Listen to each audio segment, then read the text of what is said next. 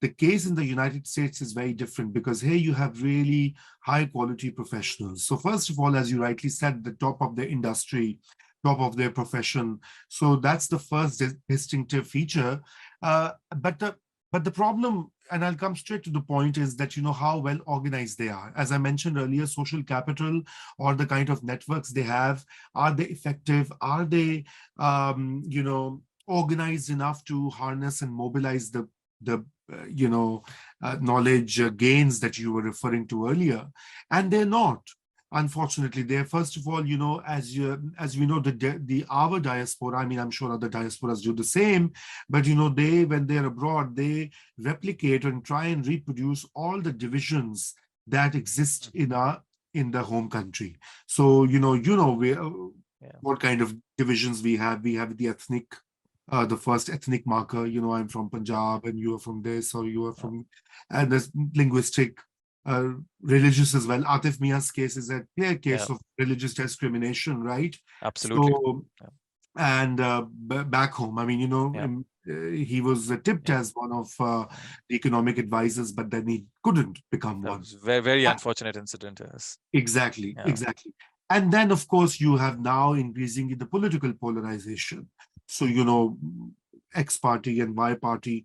And the thing is that, what is really important for the diasporic communities is that those divisions which exist in home country, which are natural products of the societal conditions and economic conditions and social imperatives, they cannot be valid in a totally different setting. I mean, who cares what language do I speak to you when we are talking in our about Pakistan, whether I'm speaking Urdu or Pashto or Punjabi or English? I mean, nobody really cares, But or even, I mean, in the UK, when I was a student, I even noticed how the caste, the biradari system, right? Yeah, absolutely. So you're a Rana, and the Ranas have their own network, and the Sayyids have their own network, and so, I mean, similar, I'm sure, exists here as well. But I think that's the first thing, is that, and of course it's an idealistic thing, I'm saying it's never 100% possible, but how to forge a larger identity. And I think that identity is not just Pakistani, because when you are here, then it becomes a broader South Asian identity, because you have people from India and Bangladesh and Nepal. One factoid, that more students from Nepal have been coming into the United States in recent years, over the past decade, than Pakistani students, right? And it's a much smaller country. But you have a huge, thriving Bangladeshi American community, right? And yes, we have so many historical fault lines with them. But, when you're in the US, you also operate along the...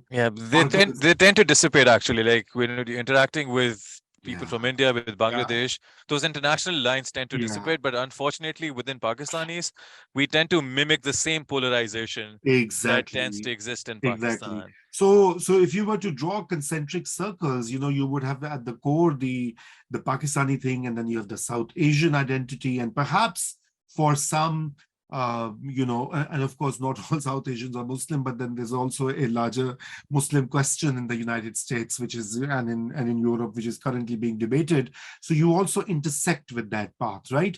And if you were to take the circle more broadly and draw another one, then you fall into the larger concerns and struggles of the minority groups in the United States. Now, this we'll talk at a separate stage. I don't want to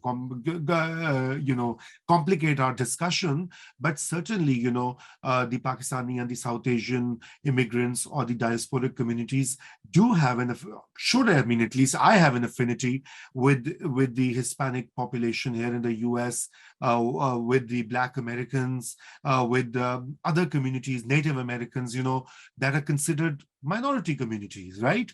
So in terms of their social and political and other organization, there is a clear intersection. But anyway, going back to Pakistan, I think that is the network formal associations. So we have a lot of informal associations. They're very regional, they're very localized. For the past 7, 8 years, I've traveled across the US, because Pakistani communities have been inviting me, from Texas and California and Florida and Of Nevada course. and this and that, and the thing is, yes, they are very thriving. They are all informal networks, and they meet up, and they have the local mosque. I mean, the Muslims especially, Yeah. they're very invested in that. But I think beyond that, other than Apna, I do not really think of a network that has that kind of an impact. Both here and there Yeah. as Pakistan, right? Pakistan, yes, Or absolutely. larger South Asia. So I think that's the biggest weakness, biggest constraint that we face here, and I think that has to be fixed. Okay. So like you said, actually, one question that came to my mind. Like you said, we tend to mimic the polarization, the divisiveness that we have in Pakistan, despite the fact that this is a different environment. Here, we do not have the same power dynamics. The hegemony over one caste of the other it's just not applicable in the context when you're outside of Pakistan. But similarly, do you think in terms of other areas, education, for example, how we have the literacy in Pakistan, how people tend to work across, their sectoral discrepancies in terms of white collar jobs, blue collar jobs, and, low skill jobs. Do you feel the same that is the same thing happening in the US, or would you say it is different? Like the generation in the US, they are, I would say, they qualify for more highly skilled jobs, or Yeah, you mean the second generation the of first generation as well as the second generation, because a lot of the first generation people that we come across, they came at an age where immigrating to the US was easier yeah. back in the 60s, 70s, 80s. So, probably they set up their businesses, but I'm talking about intellectual depth. We're well aware of, industry experts, we're academics who are creme de la creme, who are at the top. But I'm talking about tier 2, tier 3, tier 4, other individuals who make the major population of Pakistanis residing in the US. So I think there are of course mixed trends. Nauraiz, I mean, there are certain Pakistanis who are very much in touch back home. They go once or twice a year.